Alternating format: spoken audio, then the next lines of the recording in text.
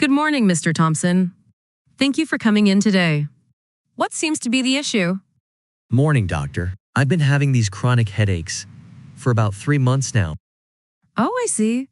Can you describe your headaches for me? How often do they occur? They happen almost every day, sometimes multiple times. They're usually concentrated around my forehead and temples. Are there any particular triggers that you've noticed? Stress definitely makes them worse, especially with work. I've also noticed that I get them more often after I haven't slept well. Have you tried any treatments for your headaches? Yes, I've been taking over-the-counter pain relievers like ibuprofen and acetaminophen, but they only help temporarily. I also tried some herbal teas suggested by friends, but no luck. Any other symptoms accompanying the headaches? Sometimes I feel nauseous when the headaches are really bad. There's also been some sensitivity to light, which makes watching TV unbearable. And how is your sleep? Have you noticed any changes in your sleeping patterns? My sleep is pretty disrupted. I wake up several times a night and find it hard to fall back asleep. I think it is due to work stress. Are there any significant stressors in your life currently? Yes, I have been managing a big project at work, and it's been pretty overwhelming.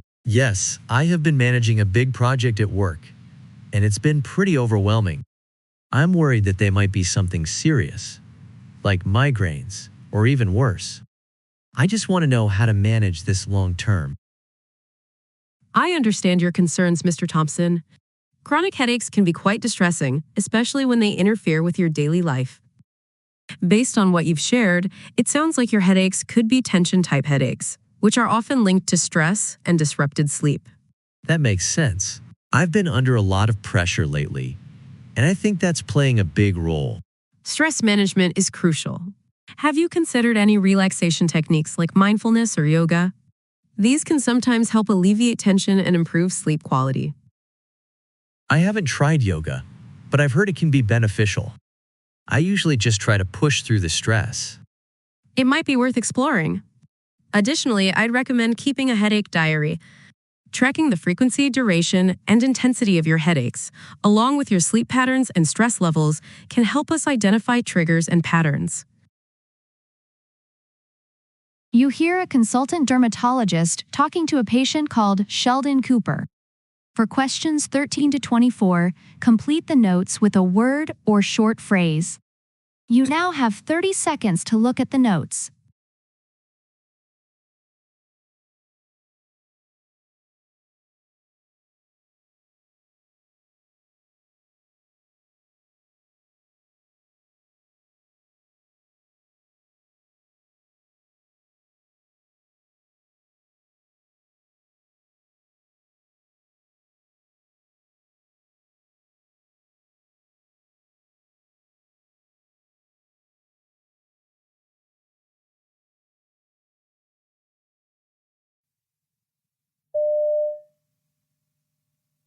Please come in and take a seat. Thanks. Okay, now I understand from your GP that you've got a problem with your hand? Yes, I went to see a couple of weeks ago because of a sore on my left hand. I've had it for years, but not all the while. You know, it appears, then it gets better, then it comes back. It's here on the palm. It's almost gone now. But she wasn't sure what it was, so she said I'd better see a dermatologist. She took a photo. Did you get that? I did, yes. So tell me about the condition, how it feels and... Well, I always know when I'm going to get it because I have this itching beforehand. Right. I wake up at night wanting to scratch the area, though I try to stop myself. Good. Then a few hours later, I get 1 or 2 little blisters, and they gradually get bigger and join up into one big one. It all feels a bit hot, and the skin around it goes red. When I showed this to the doctor, she used the word chaotic to describe it. Anyway, it gradually dries up, and I get a scab. Then after about 2 weeks, that falls off, and there's just a little red patch, like you can see now. Okay. I've been getting it for years. I actually got it the first time when I was in China in the 1990s. I had a job there for a couple of years before I came back here. That first time, I also had a similar sore on my chest, but that's never come back. But the one on my hand, that comes back every year or so, but never in exactly the same place. I thought it had sorted itself out because I didn't get it for a couple of years, but then it came back. Right. So there's no pattern. It's not getting more frequent or anything, and it doesn't seem linked to anything in my daily life. Like it doesn't seem to happen when I'm run down, for example, or because of anything in my diet, or if I'm under a lot of pressure at work, that kind of thing. Okay. So the doctor thought you needed to have a look. Also because I had a malignant melanoma on my back that was removed in 2006. Right. It was at quite an early stage and it hadn't got too deep. Okay, well, that's good. Still, I'll just have a look at your back. Mm-hmm. Was it down here? Yeah, that's right. Okay. Well, yeah, that all looks absolutely fine. Well, I don't think you need to worry about anything sinister here. By the way, have you ever had cold sores? No, never. But I did wonder if this thing on my hand was something like that. In fact, I wanted to ask you about that. There's an antiviral cream you can use, isn't there, to stop them developing? I wondered if you could prescribe me something like that. Look, the trouble is these work well on the mouth because the skin's very thin there, but I'm afraid they won't have any effect in your case because the skin on your hand's so much thicker. Oh, I see. Well, something else that worries me is whether there's a chance of infection. Should I be covering the place up? No, you don't need to unless there's broken skin. Right, good. It's fine. And it's not actually having an impact on my quality of life or anything like that. It's something I can live with. I mean, I have done for all these years. Okay, so really the reason you went to the doctor after all these years was just to see if there was any way we could prevent this happening. Yeah. Okay, well, at this stage, the best thing to do is organise a biopsy. It might be a bit uncomfortable, but it means we can rule certain things out. Okay. You hear a conversation between a GP and a parent, Mrs. Garcia, about her daughter, Sophia.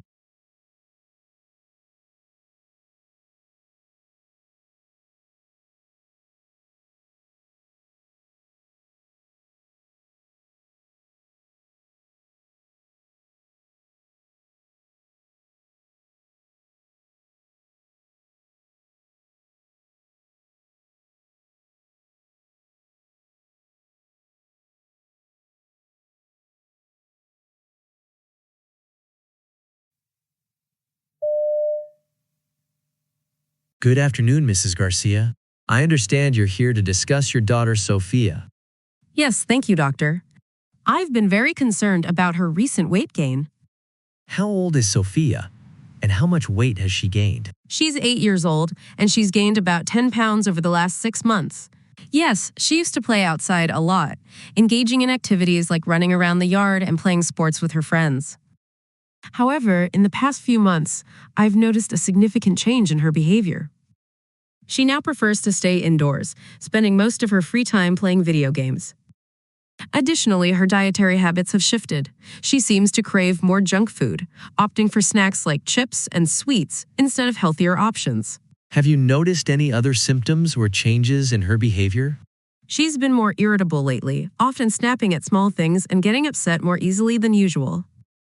Along with this change in mood, she has also started to complain about stomach aches fairly frequently. Initially, I thought it was just a phase she was going through and that it would pass on its own. However, as these symptoms have persisted, I'm starting to worry that they might be connected to something more serious. It could be related to her recent changes in behavior and diet, and I'm concerned there might be an underlying issue that needs to be addressed. Is there any family history of weight issues or metabolic disorders? Yes, my husband has struggled with his weight for years. Despite trying various diets and exercise programs, he has found it challenging to maintain a healthy weight. This has been a significant concern for our family, affecting not only his physical health, but also his emotional well-being. Given this history, I'm increasingly worried that Sophia might be heading down the same path. Her recent preference for staying indoors and playing video games, coupled with her increased craving for junk food, is concerning. I fear that these habits might lead to weight issues similar to what my husband has experienced. It's crucial to address this now to help her establish healthier patterns and avoid potential long-term health problems. What is Sophia's usual routine like? Typically, she starts her day by going to school in the morning, where she spends several hours attending classes and engaging in various academic activities. After school, she comes home for lunch, which we usually have together as a family. However, once lunch is over, her routine tends to become quite sedentary. She often spends the entire afternoon and evening watching TV or playing video games for several hours straight. This pattern of spending prolonged periods in front of screens has become quite consistent, and it's something I'm becoming increasingly concerned about. Have you made any attempts to help her with more activity or healthier eating? I've tried to encourage her to join a sports team, suggesting activities like soccer, basketball, or swimming, thinking that being part of a team might motivate her to be more active. However, she's been very resistant and just won't go, showing no interest in participating in these activities. Additionally, I've made efforts to prepare healthier meals at home, focusing on nutritious options like salads, lean proteins, and whole grains. Despite my efforts, she consistently rejects these meals and instead always asks for snacks, preferring chips, sweets, and other junk food over the healthier alternatives I offer. It's been quite challenging to get her to embrace a more active lifestyle and healthier eating habits. What are your main concerns going forward? I'm genuinely concerned about her long-term health, especially considering the current patterns in her lifestyle. I worry that if we don't address these issues soon, she could be at risk of developing serious health problems in the future, such as diabetes or heart disease. Her current habits, such as a sedentary lifestyle and a preference for unhealthy foods, are troubling, and I'm anxious about the potential long-term impact on her overall well-being. I'm looking for guidance on how we can help her adopt a healthier lifestyle.